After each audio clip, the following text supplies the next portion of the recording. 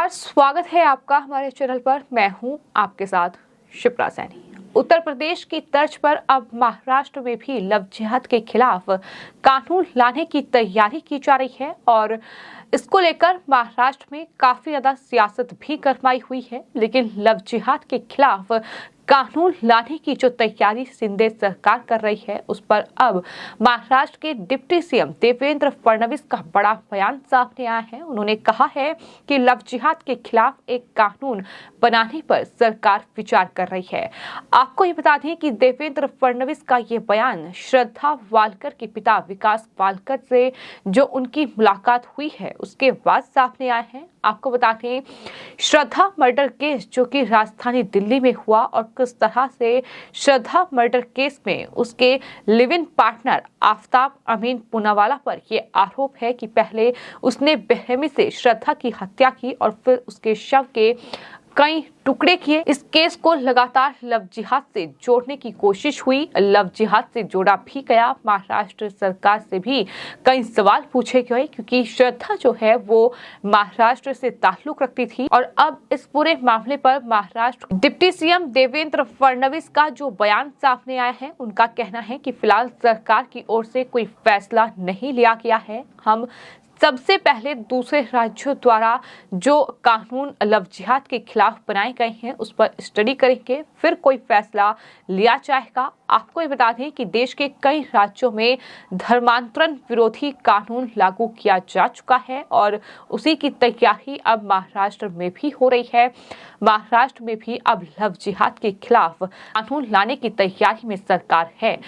Love जिहाद का मतलब क्या है? लव जिहाद एक शब्द है जिसका इस्तेमाल अक्सर दक्षिणपंथी कार्यकर्ता करते हैं और आरोप ये लगाते हैं कि मुस्लिम पुरुष शादी के माध्यम से हिंदू महिलाओं को धर्म परिवर्तन के लिए लुभाने के एक तरीके के रूप में इसका इस्तेमाल करता है। और इसी पूरे मामले को लेकर कहीं न कहीं ये सियासत फिलहाल महाराष्ट्र में गरमाई हुई है।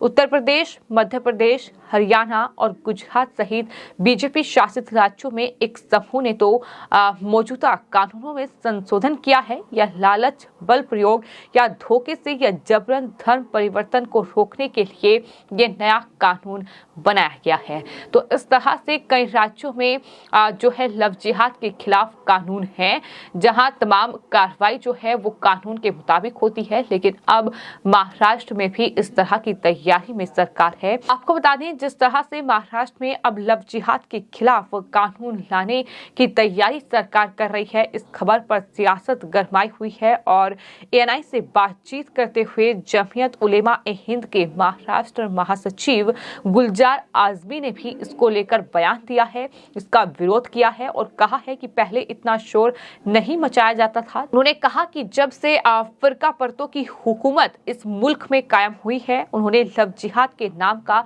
एक हवा खड़ा कर दिया है। बीजेपी के दो नेता जो खुद मुसलमान हैं लेकिन उनकी बीवियां हिंदू हैं, उन्होंने भी दो लव जिहाद किया है, उसका क्या होगा? इस तरह से उनकी तरफ से सवाल उठाए गए हैं और इस तरह से इसका कड़ा विरोध किया गया है।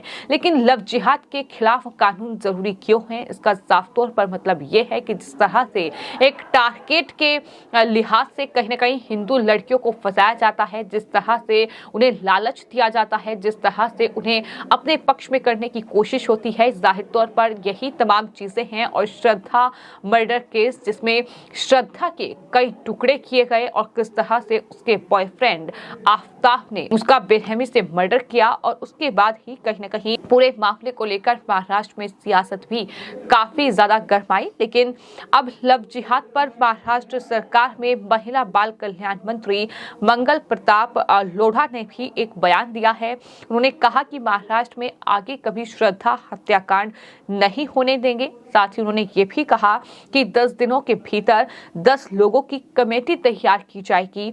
ये कमेटी अंतर जातीय विवाह के मामलों को सुलझाएगी।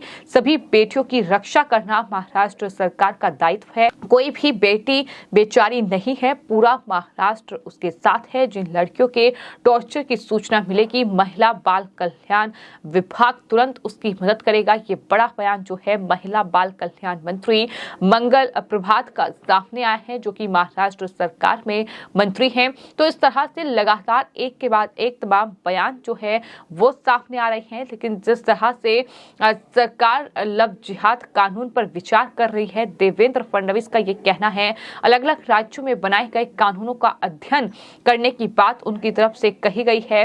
लेकिन श्रद्धा मर्डर केस जाहिर तौर पर जिसको लेकर पिछले कुछ महीनों में महाराष्ट्र में सियासत गरमाई है। महाराष्ट्र के बीजेपी विधायक राम कदम ने श्रद्धा मर्डर केस के मामले में पुलिस से लव जिहाद के एंगल को भी जांच की जाए, वो भी बात कही। और वहीं असम के मुख्यमंत्री हिमंता बिस्वा शर्मा ने श्रद्धा मर्डर केस को लव जिहाद से जोड़ा था। यानी इस पूरे मामले को लेकर जिस तरह की सियासत महाराष्ट्र में देखने को मिली और अब जिस तरह से श्रद्धा के पिता विकास वालकर से डिप्टी सीएम देवेंद्र फडणवीस की मुलाकात हुई है, उसके तुरंत बाद उनकी तरफ से यह कहा गया है कि फिलहाल लव जिहाद के खिलाफ कानून लाने की तैयारी है। ऐसा कोई फैसला नहीं लिया गया है, लेकिन जिन राज्यों में ये कानून बना है उसको स्टडी किया जाएगा और उसके बाद ही इस पर फैसला लिया जाएगा। ये फिलहाल डिप्टी सीएम देवेंद्र फडणवीस का कहना है। तो कुल मिला इस पूरे मामले को लेकर कहीं ना कहीं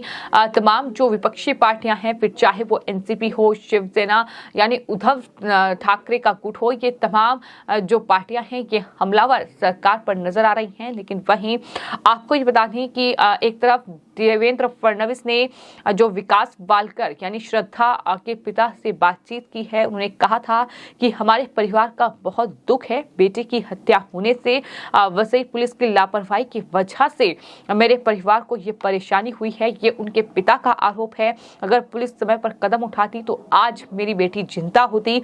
आफ्ताब ने मेरी बेटे की निर्मम हत्या की है, उसे कठोर से कठोर सजा होनी चाहिए। आफ्ताब के परिजनों, रिश्तेदारों और साथ ही घटना में शामिल जो सब लोग हैं उनके खिलाफ जांच होनी चाहिए, ये उनका कहना है। तो इस तरह से कहीं न कहीं तमाम लोगों के बयान सामने आ रहे हैं। और जैसा कि हमने आपको बताया कि जमीयत उलेमा ए हिंद के जो महाराष्ट्र महासचिव हैं गुलजार आजमी, उन्होंने इसका विरोध किया है और कहा है कि कानून एक तरफा नहीं होना चाहिए। अगर ये कानून बनेगा तो ये कानून उन हिंदुओं पर भी लागू होना चाहिए जो मुस्लिम लड़कियों के साथ इश्क करते हैं और उसको अपने पा सकते हैं। इस दौरान गुलजार आजमी ने बीजेपी नेताओं का उदाहरण दिया कि बीजेपी नेताओं ने भी मुस्लिम लड़कियों से शादी की है।